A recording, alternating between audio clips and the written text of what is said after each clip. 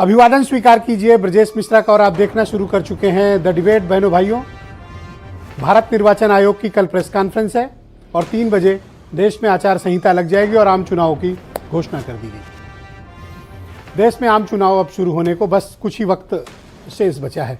कल 3 बजे भारत निर्वाचन आयोग की एक प्रेस कॉन्फ्रेंस होगी जिसमें देश में आम चुनावों का आधिकारिक रूप से ऐलान कर दिया जाएगा। कल 3 बजे आचार संहिता लग जाएगी। बहनों भाइयों, ये चुनाव 2024 के बेहद अहम है, महत्वपूर्ण है और राजनीतिक तौर पर दोनों पक्ष के लिए, सत्ता पक्ष और प्रतिपक्ष, डू और डाई, करो या मरो का चुनाव है। बीजेपी सत्ता से हटी तो उसके लिए भी भारी मुसीबत, और अगर कांग्रेस सत्ता में आने से चूकी उसके लिए और या विपक्ष के लिए इस बार सफाया से कम कुछ नहीं होगा। इस बार का चुनाव बाकी चुनावों से बिल्कुल अलग है। इस बार का चुनाव डिसाइसिव है, निर्णायक है, भारत की राजनीति को एक नया मोड़ देने वाला है। भारतीय जनता पार्टी तीसरी बार सत्ता पर काबिज होगी या फिर विपक्ष उसे हटाने में कामयाब होगा। कल जब चुनाव का ऐलान होगा तो देश भर में एक साथ आधिकारिक रूप से चुनाव की घोषणा हो जाएगी। बहनों भाइयों, वर्तमान में जो अलायंसेज हैं, वर्तमान में जो राजनीतिक परिस्थितियां हैं और वर्तमान में जो माहौल है वो काफी कुछ बताने के लिए काफी है।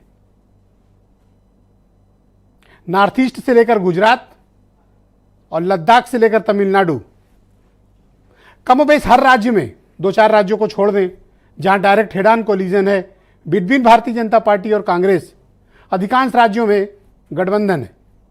और ऐसा नहीं कि गठबंधन अकेले अपोजिशन का है, भारतीय जनता पार्टी भी गठबंधन के सहारे ही आगे बढ़ रही है। सबके पास अपने अपने अलाइज हैं, लेकिन भारतीय जनता पार्टी ने धारा 370, राम मंदिर निर्माण और उसके बाद अब सीएए, 3 इन मुद्दों के साथ एक बड़ी मजबूत पकड़ बनाई हुई है। उस पर से प्रधानमंत्री मोदी की जनता के बीच लोकप्रियता। भारतीय जनता पार्टी इस वक्त अपने पीक पर की तरफ बढ़ रही है और अपोजिशन उठकर खड़े होकर लड़ने का अंतिम प्रयास कर रहा है। क्या राहुल गांधी और उनकी टीम,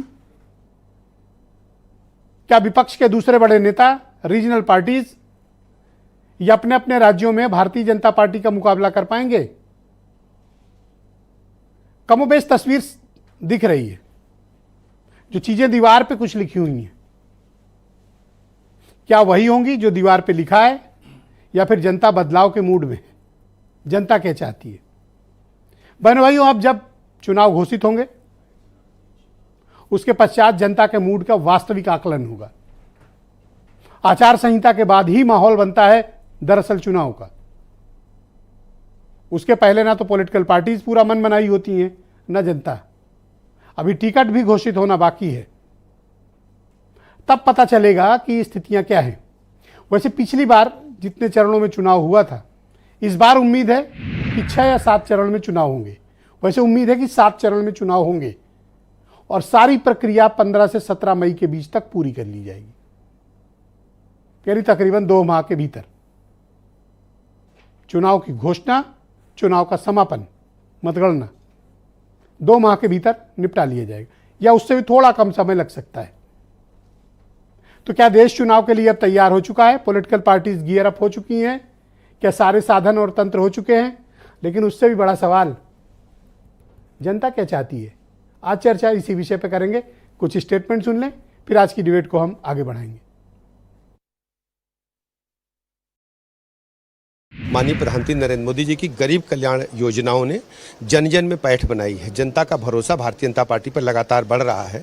इस बार जो लोकसभा का चुनाव कल डिक्लेयर होने जा रहा है, आप देखेंगे कि उत्तर प्रदेश में भारतीय जनता पार्टी 80 की 80 सीटों पर प्रचंड बहुमत से विजयश्री हासिल करेगी। जनता ने इन्हें नकार दिया है। खासकर समाजवादी पार्टी की गुंडई अराजकता को जनता ने पूरी तरह से नकार दिया। बीएलओ से लेकर और सारे लोग काम कर रहे हैं।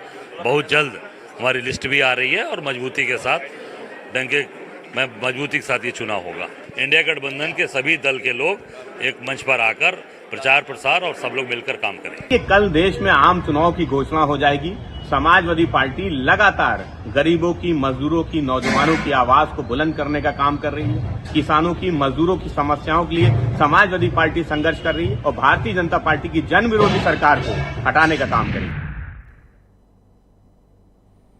बहनों भाइयों, आज की परिचर्चा को प्रारंभ करते हैं। अनिला सिंह भारतीय जनता पार्टी की प्रवक्ता हैं, सुरेंद्र राजपूत कांग्रेस के प्रवक्ता हैं, अनूप संडा समाजवादी पार्टी से हैं, सुशील दुबे जी जाने माने पत्रकार, हेमंत तिवारी जी उत्तर प्रदेश की राजनीति को बहुत नज़दीक से समझने वाले, और केपी मलिक साहब भी मेरे साथ मौजूद हैं, पश्चिम उत्तर प्रदेश और दिल्ली की राजनीति में बड़ी गहरी पैठ रखते हैं। बहुत शुक्रिया और धन्यवाद आप सभी का इस कार्यक्रम में मेरे साथ शिरकत करने के लिए। अनिला सिंह जी, कल भारत निर्वाचन आयोग की प्रेस कॉन्फ्रेंस